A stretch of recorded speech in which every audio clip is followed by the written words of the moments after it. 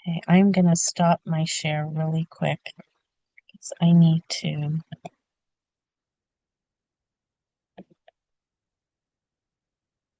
get us back on track here.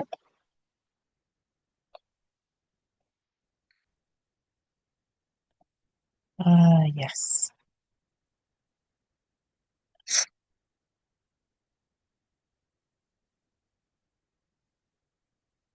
is the technology blips today. Okay, can you all see my screen? Yes. Okay, Cool. perfect. All right, so as I mentioned, welcome to our Health Council Talks. Today we have a very special guest with us, Stacy Blazer Clark from the New Mexico Coalition of Sexual Assault Programs, and she is the SANE director. So we are really looking forward to hearing and learning a little bit more about what she does and hopefully be able to entertain some questions, comments, and see how we might be able to connect with Miss Stacy Blazer Clark. So with that being said, just to let you know as well, the meeting is being recorded. So if you can okay that request, and that way we know we have that recorded. If you have any questions after the meeting, we can always go back and refer to that recording. Um, just a reminder for those who just entered, please introduce yourself in the chat, your name and the county and or tribal affiliation that you are representing today. Martha Munoz and I will be facilitating this afternoon's Health Council's talk. And as always, and we know a very strong tradition of the opening of these talks, we will read our land acknowledgement statement as put forward by the New Mexico Alliance of Health Councils. The New Mexico Alliance of Health Councils gives sincere gratitude for the opportunity to live and work here on ancestral and unceded lands that have been cared for by our state's original peoples of the Apache Nations, Pueblos, and the Navajo Nation. We honor and respect the indigenous cultures, traditions, languages, and the rich contributions that continue to shape New Mexico. Together, we acknowledge the history and impact of genocide, dispossession, colonization, and ongoing systematic inequities on Indigenous communities. As a collective, we commit ourselves to working toward justice and reconciliation, dismantling inequitable systems, standing in solidarity with, and respecting relationships with Indigenous peoples. The Alliance affirms Indigenous sovereignty, self-determination, and self-governance of New Mexico's tribes, pueblos, and nations. In offering this land acknowledgement, we encourage you all to reflect on your own relationship to the traditional lands and take concrete actions to dismantle systems of oppression where Indigenous peoples are empowered and celebrated.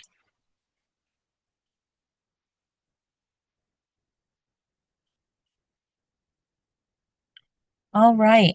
So a couple of announcements before we turn it over to Stacy is we do want to um, continue to ask all of our participants this afternoon and all of your colleagues to please reach out to our New Mexico executive branch.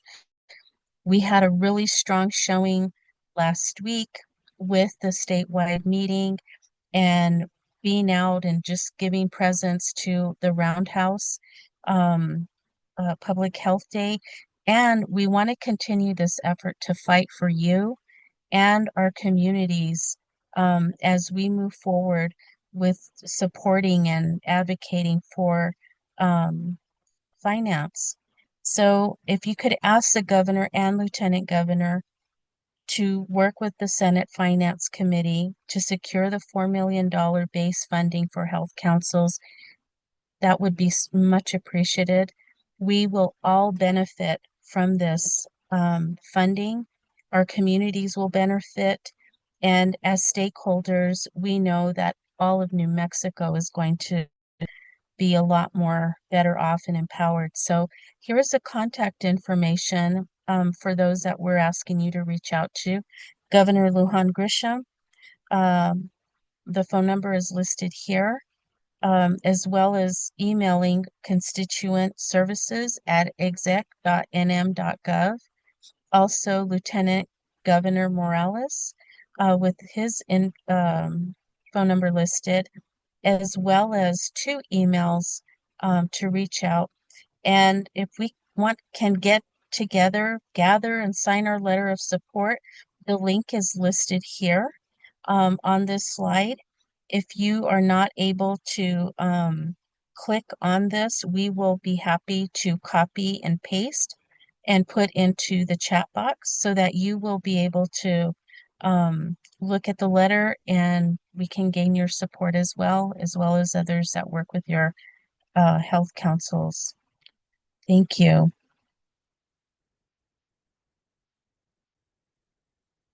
All right.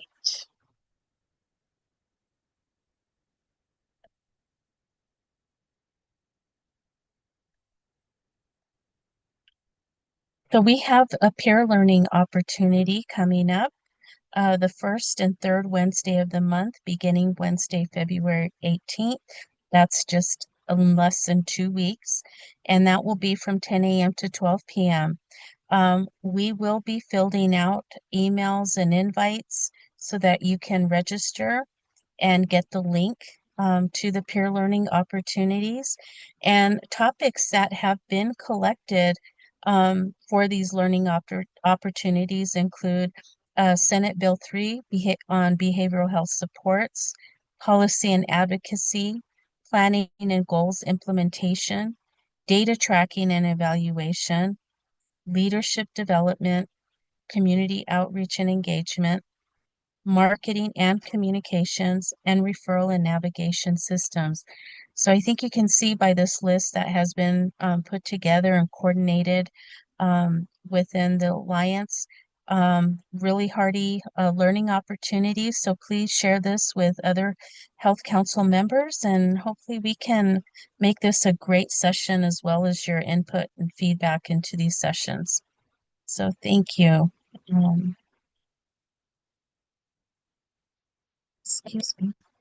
So today's presenter, as mentioned at the beginning, is Stacy Blazer Clark, New Mexico Coalition of Sexual Assault Programs statewide SANE, which is a sexual assault nurse examiner, director.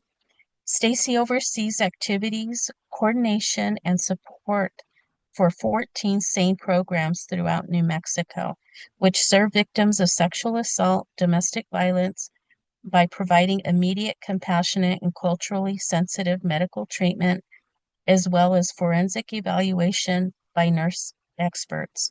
She is also an instructor at New Mexico State University, teaching undergraduate courses in social work and social policy. Her prior experience includes positions as executive director and case manager, as well as SANE manager for Lafayette on sexual assault recovery services in Las Cruces. Blazer Clark earned Master of Social Work and Bachelor of Social Work degrees from New Mexico State University. She is a volunteer member of the Intimate Partner Violence Death Review Team and also appointed by the Supreme Court as a commissioner on the Judicial Performance Evaluation Commissioner. Stacy Blazer Clark, thank you so much for being with us today and welcome. I am going to turn us over into your first slide here and make you a co-facilitator here so that you can take over on that. So thank you. Welcome. Thank you. Just a little bit about me. Thank you for the land acknowledgement. I was born and raised on the Mescal Apache Reservation. My father is a member of the Mescal Apache Reservation, so it's always nice to receive the acknowledgement of land and a lot of times we don't see it. So I just want to say thank you again. Okay, I'm going to share my screen. Now let's see if I can make it a slideshow. Yes. And I'm blind, so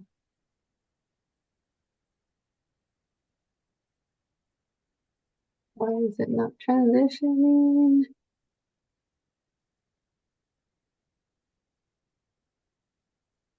Hold on just a second. Okay. If you bring it back up and go to the slideshow No, tab. it's not letting me go to the slideshow. So let's see if I fixed that.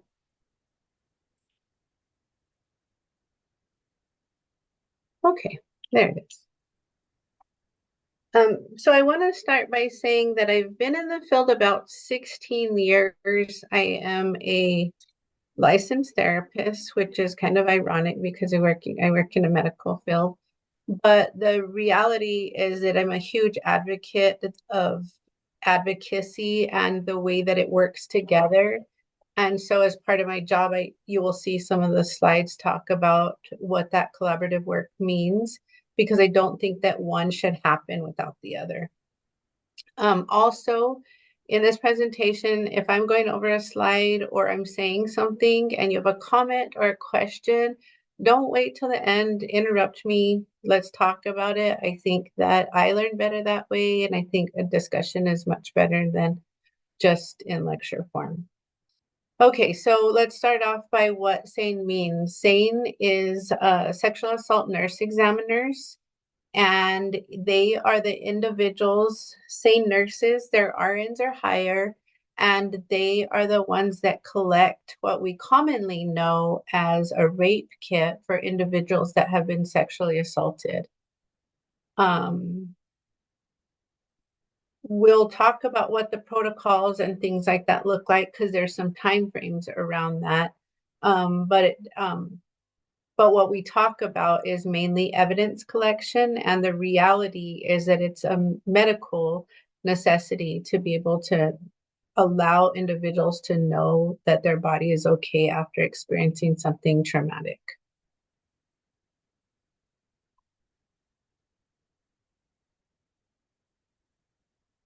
Okay, so SANE services are being provided, and part of our mission statement is that we're providing immediate. So as soon as we get a call, we should be seeing individuals within a few hours to maybe 12 hours out from the call, depending on availability. And then we're providing comprehensive medical treatment. It's just not a forensic evaluation.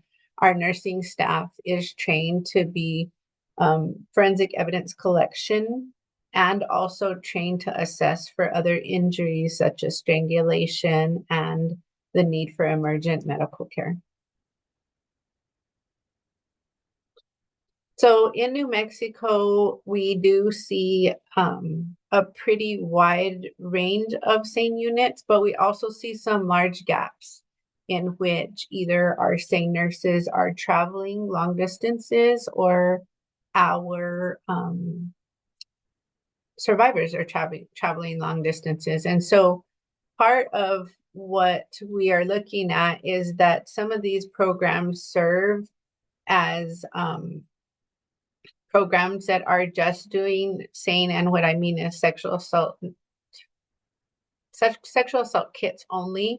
Others provide intimate partner violence exams, which DV exams, and then we have others that are a combination of both. So we have primary SANE programs, and some of those primary SANE programs have satellite offices. And then most of our programs see pediatric patients and what we would call deferred pediatric patients. So patients that fall outside of the timelines, but still need to be seen for medical concerns. And we also see survivors of child abuse.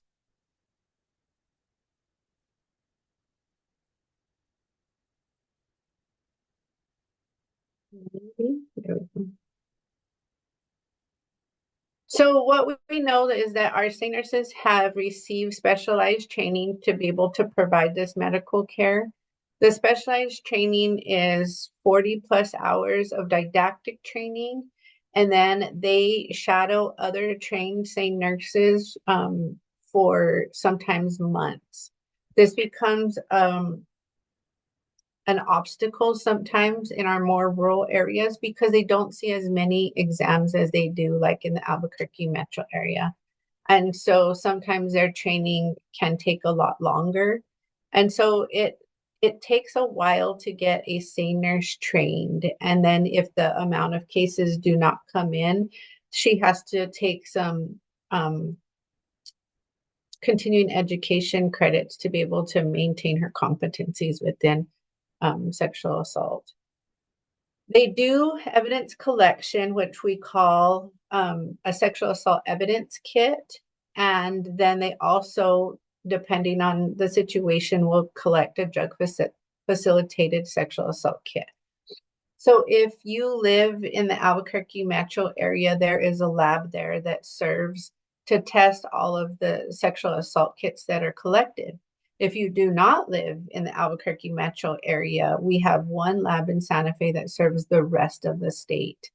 And so what we do know is that our Survivors Bill of Rights that we provide for our survivors states that in legislation it says that our kits will be tested within 180 days of collection. We are currently not meeting that testing rate because of the amount of kits that we have. The one lab that tests all of New Mexico, and my understanding is that there has been some turnover within our labs, so our kits are running just a little longer than the 180 days. I know you all were talking about some legislation. We did just introduce a memorial that says that we would go back and look at the Survivors Bill of Rights and try to decide how we can improve that as a task force throughout the state.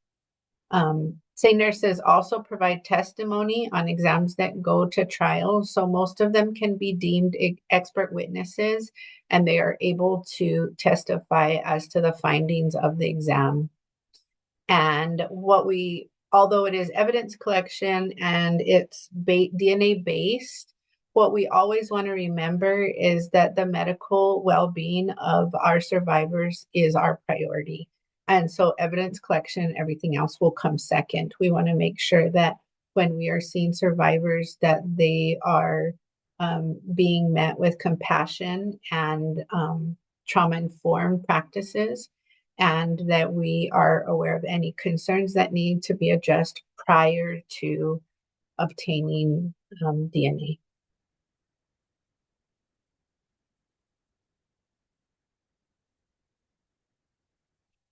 So our survivors guide how the exam is going to go. We always make sure that we have patient consent. We're going to ask that at every part of this as we move on to evidence collection, interviews, other parts of the exam. We're always asking for consent. We want to make sure that our survivors are receiving trauma-informed care, and that means that we are having constant conversations about what our next process is going to be. So what we're talking about is 13 and older when I talk about patient consent, because somebody at the age of 13 years old is able to give consent or not give consent to have evidence collection done. With evidence collection comes photographs and other things. And so at any part of that exam that they don't want done, they have the right to decide that they don't want that part completed. 18 and older, we are not mandated to make a police report.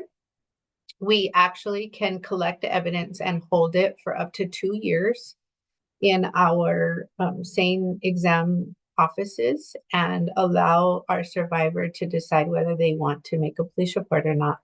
If that police report is never made, evidence will be destroyed, and it's never turned over to law enforcement. It's only turned over to law enforcement once that police report is made.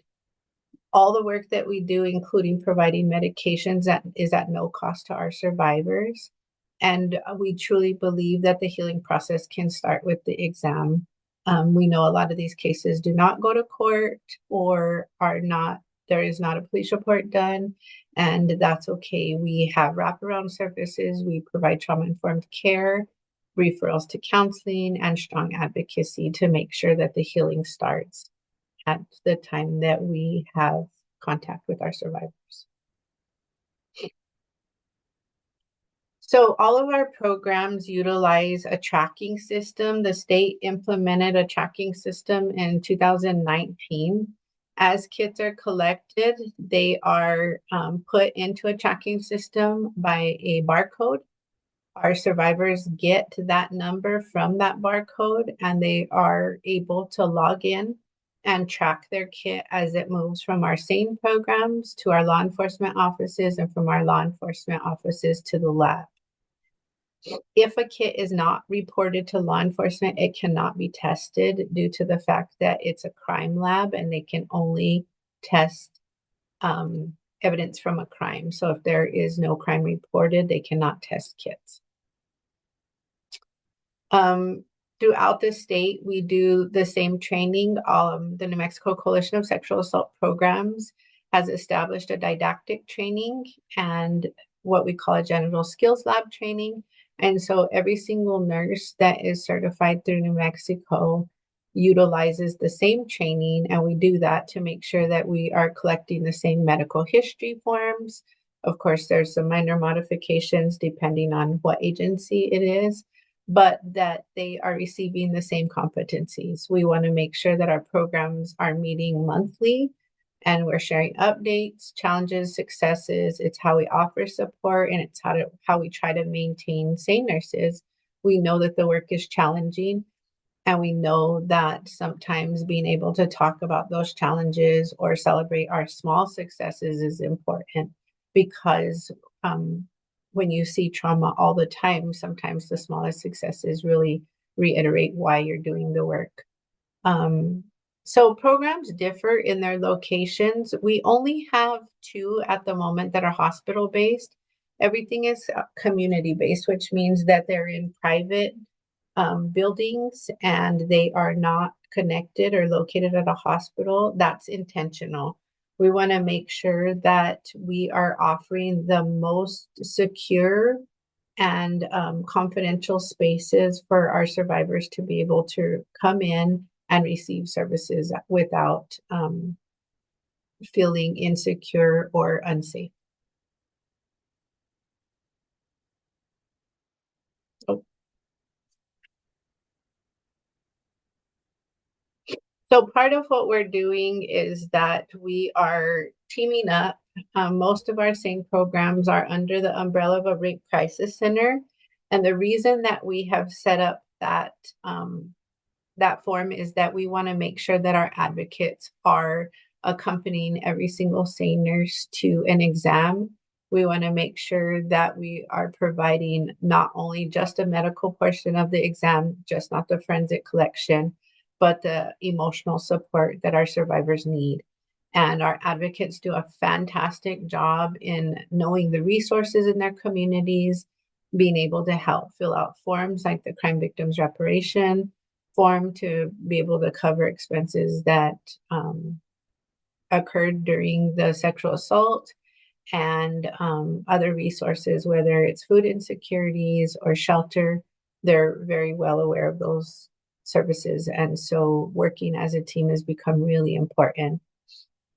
All of our advocates have been trained in what the SANE process looks like. So communication with survivors from beginning to end has really become routine in understanding how that works. We also have to be really flexible, because sometimes we know that survivors are in a critical place of trauma, and we want to make sure that we're giving the time to be able to process what has happened. And so although we would like to see them sooner or later, sometimes they would prefer to come in the next day. Sometimes they need to take a break and walk around. And an average SANE exam is approximately 3 hours. And so we know that it's a very long time to be sitting and having to and talk to people. And so we want to be really flexible with the work that we're doing. Safety is always a concern and is at the top of our priority list because they are survivors of an assault, which means that there is a perpetrator somewhere. And so understanding what that means and what that looks like and making sure that all our doors are secure, well lit areas, and that we are providing a safe environment for them to receive these exams.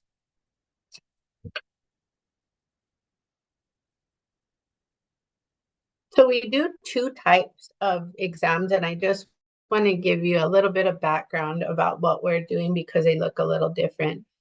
So our SANE exam types, 13 and older, are considered adolescent adult exams, and we have 5 days post-assault to be able to collect those. So although we don't want to wait the 5 days, we know that sometimes delayed disclosure happens, and so 5 days is what research is telling us is the most accurate for evidence collection. We provide a full exam, which means everything is collected as far as what evidence calls for. We are also providing medications for STD treatment and a follow-up phone call to make sure that everything is going okay. That is a full exam. Individuals may choose to come in and meet with a nurse, talk about their concerns, and receive STD treatment medications only without any type of evidence collection. We also do that. And we also just do a follow-up. Sometimes individuals are outside of the 5-day window, but they have concerns about their bodies and they're able to meet with a nurse, talk about that, and just receive some reassurance that they're okay. Pediatric exams are 12 and under. They require guardian consent. So sometimes that guardian may be a parent, a grandparent, or sometimes it's CYFD. And so they bring children in to receive exams. We have only a full exam. We do not provide STD treatment. What they do provide is STD testing that is not done on premise, but at a different time, at a different location, but also provide evidence collection and medical treatment. And then we have what we call a delayed disclosure exam, which is outside of the window of pediatrics. The window for pediatrics is 72 hours, 3 days. Their bodies heal a lot faster and process a lot faster than adults and adolescents, so the window is smaller. This makes it really hard because what we do know is that timelines for children can be estimated, right? Not everybody has the capacity to give us a timeline, especially when we're talking about younger children. And so sometimes we go off like last point of contact or different things like that to be able to collect evidence. Delayed exams is after the 3 days. They are meeting with a nurse practitioner or a pediatrician within the area who specializes in sexual assault. They're doing some STI testing, maybe some photographs if there's still injury. They're doing charting and providing as much information as they can for law enforcement. All of these exams 12 and older are reported. So part of what we teach a lot to our advocates and to our nurses is that patient demeanor. We do a lot of training for law enforcement too around what is patient demeanor and what does survivor-centered services look like, right? Because with adults, a lot of times trauma presents itself in different ways. And so just because somebody is laughing or like not crying does not mean that the assault did not happen. What it means is that they are processing in a different way.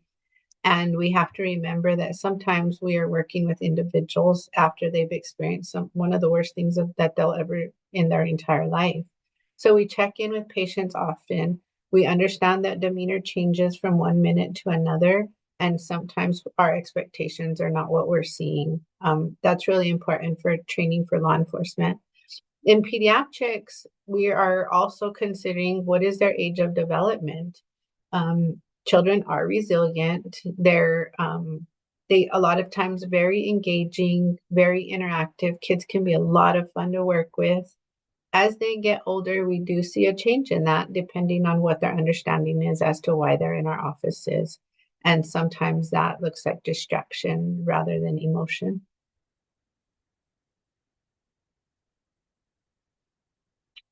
In an advocate perspective, a lot of times we're talking about what to expect. What we know is that these exams can be triggers. Exams require a lot of physical interaction between survivors and nurses. There's a lot of touching. There's a lot of um, cameras and colposcopes and all these different tools that are needed. And so they can be highly triggering for individuals. And we want to make sure that we do as much training as possible for our advocates and for our nurses as to what those triggers may look like. This exam process is long, average 3 hours. We can see up to 5 hours, but hardly ever less than three. We want to make sure that our advocates, especially in our rural areas and our small communities, are screening the initial calls and making sure that there's not a conflict of interest. We see it a lot of times in our smaller communities, and it's asking those questions, right? Because sometimes individuals are more comfortable with people that they know rather than they don't know. And so they don't mind if there's somebody that they know, but there may be a conflict, and we want to make sure. And we want to make sure that we are still aware of what triggers look like, because emotion and emotionalness is a response and it is a reaction to trauma. So some things to think about is we're always back and forth about medical versus legal. We've been all the way to the Supreme Court around what the role of a SANE nurse is, when the argument is always medical, and some defense attorneys will tell you that it's legal. Our main concern is providing medical attention. Secondary is collecting forensic evidence. With our advocates, we train them not to have any interference with communication as far as when somebody is being interviewed. But what I will tell you is that our advocates will advocate with their survivors when questions become inappropriate or harsh, because we're not going to allow any type of victim blaming. And so a lot of times when our advocates or our nurses are sitting in on a interview with law enforcement or anybody else, they are going to say something if if the interview becomes victim blaming. What we do also highly recommend is a lot of communication and debriefing with our advocates and with our nurses and together. We want to make sure that they're taking care of one another in a team approach.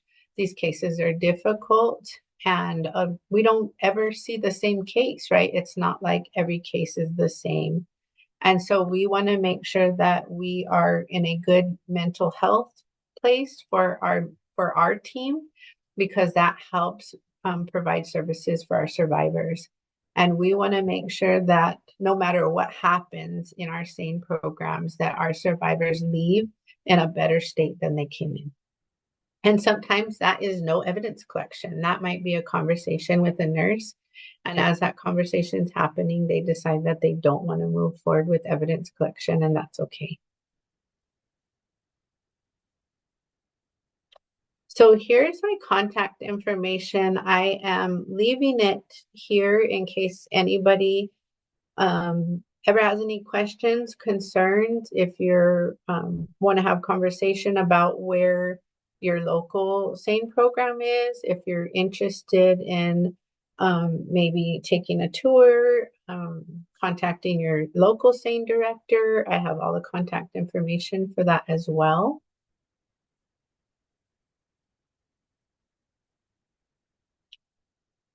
And I am open for any questions.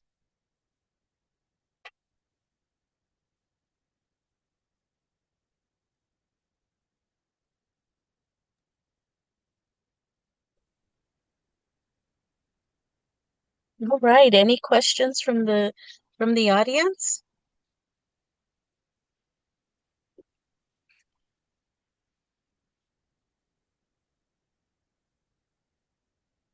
Does All anybody right. have any Well, questions about their local programs or where they're located? Okay, okay. Thank you so much for having me. I really appreciate it. Stacy, can you return the hosting function back to me? Let's see.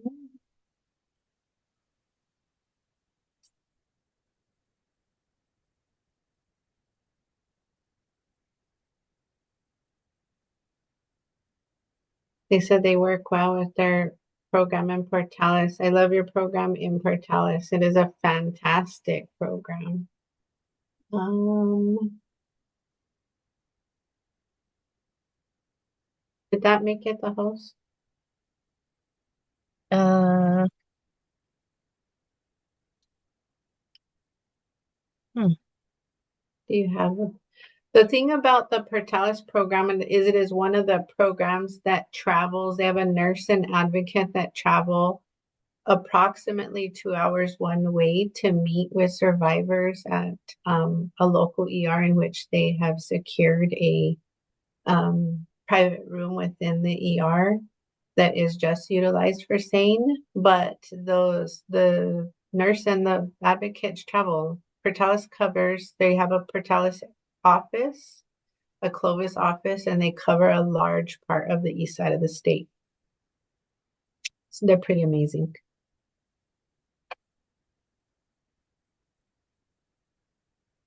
Okay, if there's no other comments or questions, I will leave you all to the rest of your meeting. Thank you very much. Thank you.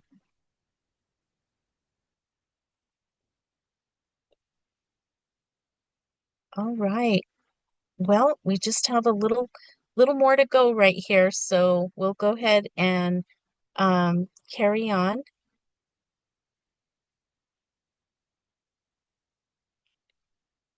Oops.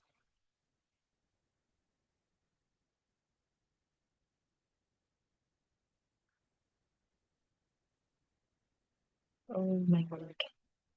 Okay. All right. So, thank you. It is about 20 minutes shy of 1 o'clock.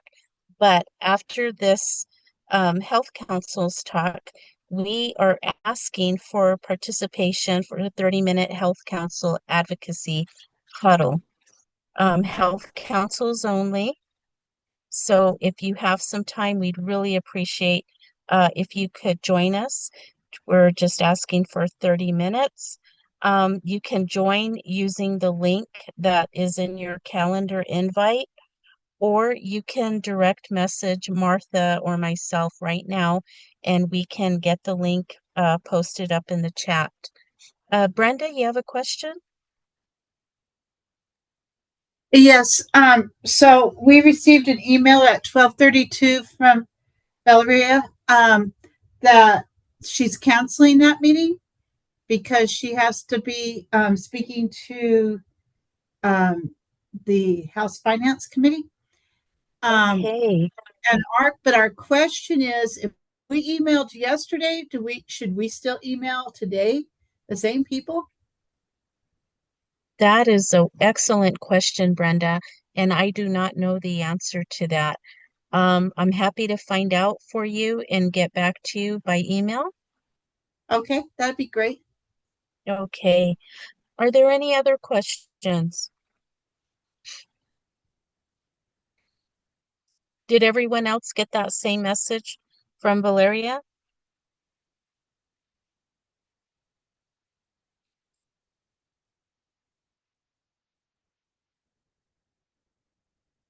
Okay. All right. So I'm gonna just make sure too as well that that is the case. If not, then your 30 minutes is no longer needed after this meeting. And we just want to thank you, all of the Alliance team, are here to help you, support you, be with you. So if you have any questions, anything whatsoever related to your health council, please reach out to either one of us and we'll be happy to find out those answers. But Brenda, I'm also going to check on that on the emailing or contacting your representatives as well. And are there any other questions before we sign off today?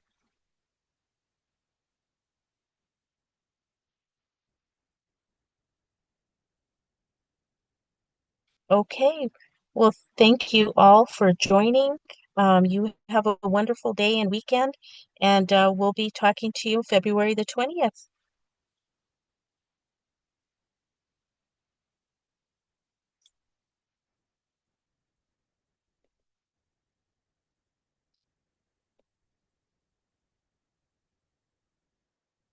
All right, everyone. Thank you.